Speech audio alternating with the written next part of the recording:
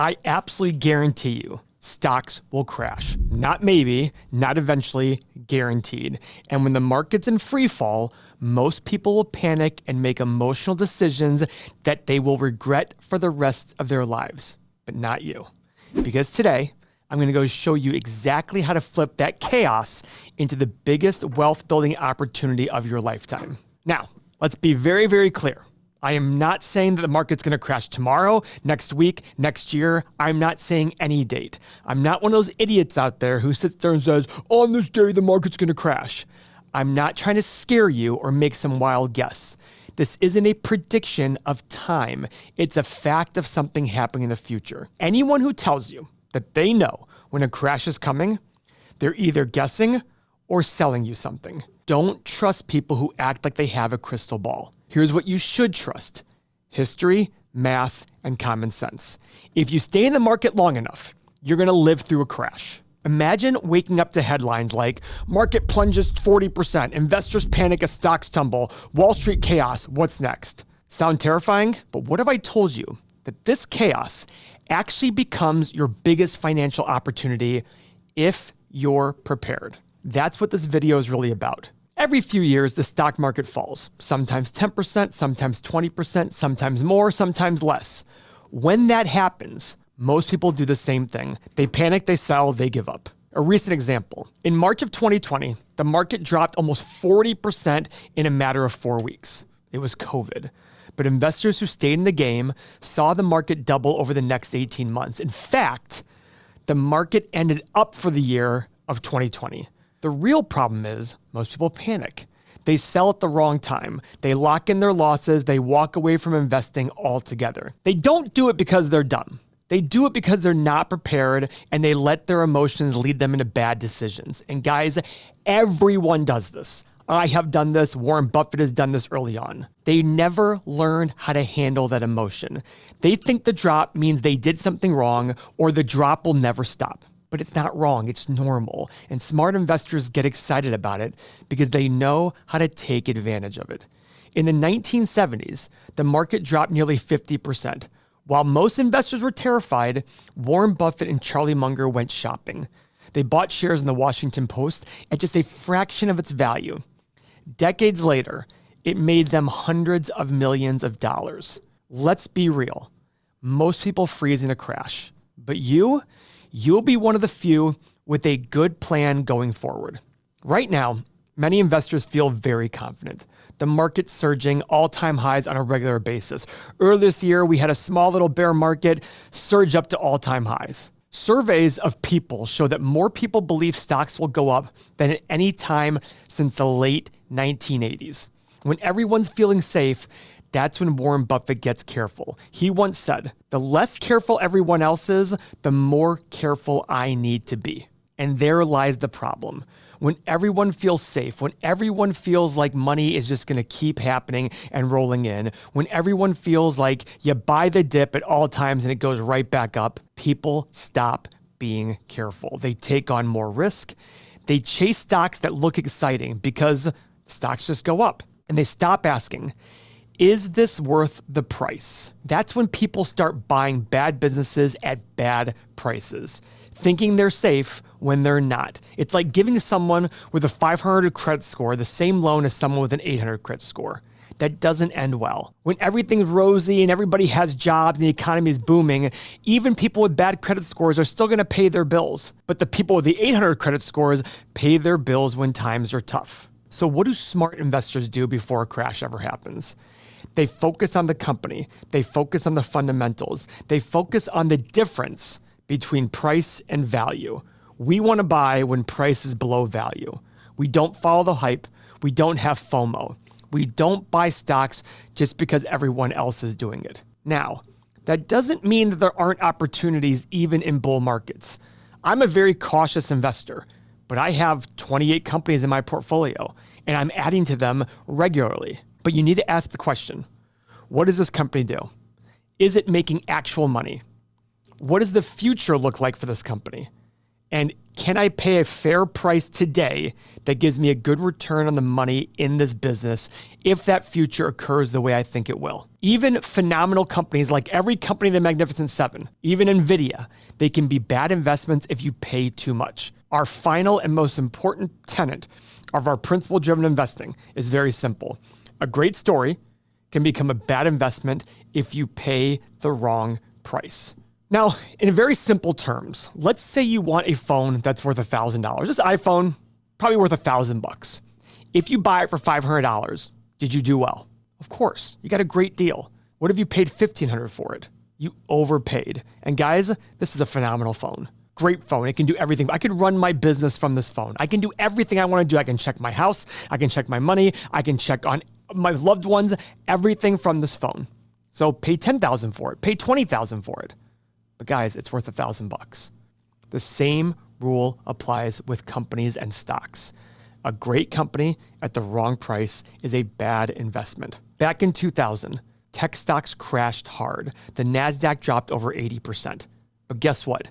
The story was not only true, but it was just overhyped. The story was the internet is changing the world. And guess what? The internet absolutely did change the world. So why did the NASDAQ still drop over 80%? Well, very simple. Because the price to value was very disconnected. Price, value. But here's what's great. After that crash, if you just kept investing along the way, you still made amazing returns. Guys, I love this example. March of 2000, the NASDAQ peaked. If you started buying at the very peak of the NASDAQ and dollar cost average all the way down, this was a minus 80%. And just dollar cost average to today, you would have made about 14% annualized on your money. 14%, and that's after an 80% fall. That's what you're going to learn in this video. That's the power of buying during a crash. Guys, crashes are scary. But if I showed you a chart like I always show here, that's going to pop up on the screen and show you the last 70 years of the stock market, and said if I told you you can only buy at 6 or 7 times in history, what points would they be? Well, it's very simple. Here, here, here, and a few other places. The absolute lowest of lows. The crashes, guys. But during those crashes, things are scary. The example I always give is back in 06 and 05, 2 friends of mine had just gotten married and they were starting to save, and they saved very well. So they asked me, hey, can you just come look at what we're doing? I said, sure. So we sat in their living room and I said, guys, if the market fell 50% tomorrow, what would you do? And the wife looked at her husband, looked at me and said, well, we buy more, right? I said, absolutely. And I thought to myself, man, these guys get it. They're going to do great. Fast forward. Stock market crashes. I get a frantic email from the wife. Paul, what are you doing? Stocks are going down. I think they're going to go to zero. And I said, wait a second. Remember our conversation? Our conversation was if stocks fell 50%, we would buy more. And she wrote, you're actually buying more? I said, yeah, because stocks are on sale. She said, I can't do this. What if stocks go to zero? I said, they're not going to go to zero. And she sold. And for a little bit of time, she looked right because stocks went further down. But guess what happened? They missed out on the rebound. Why? Because they thought things were going to get worse. And guys, guess what?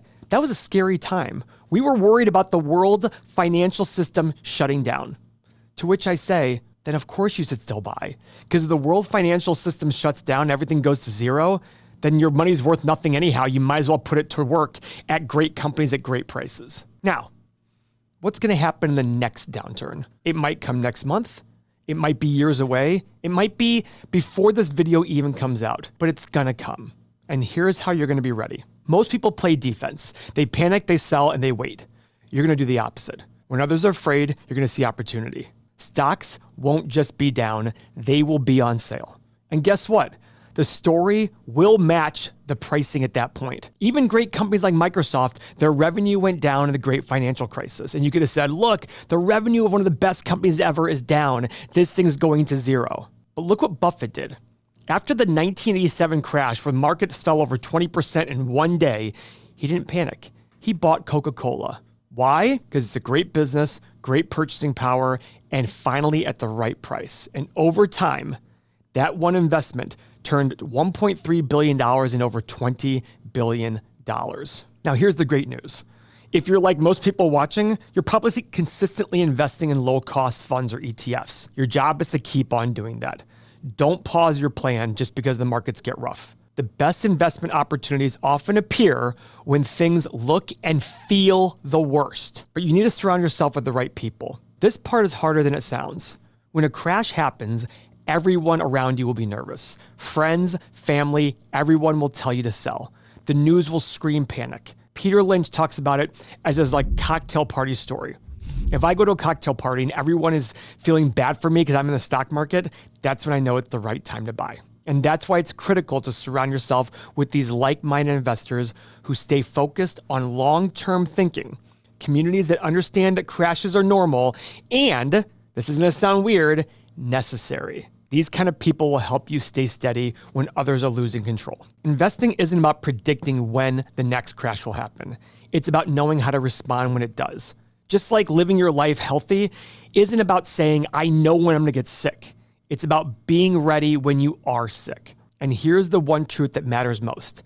Every market crash in history has rewarded those who were prepared and who took action. Guys, remember what Morgan Housel so eloquently says. Every past crash looks like an opportunity. Every future one feels like a risk. Guess what? They're all opportunities. You don't need to predict the future. You don't need to pick the next hot stock. What you need is a plan. What you need is discipline. And what you need is a principle-driven mindset. Guys, I talk about this principle-driven investing mindset ad nauseum to people because I came up with these 5 tenets for myself, and I repeat these to myself almost on a daily basis. And the reason being is I realized early on that successful investing isn't about understanding the numbers, it's about managing your emotions. And these 5 tenets help me manage my emotions. So if you're interested in seeing these 5 tenets of principle-driven investing, we have an absolutely free PDF.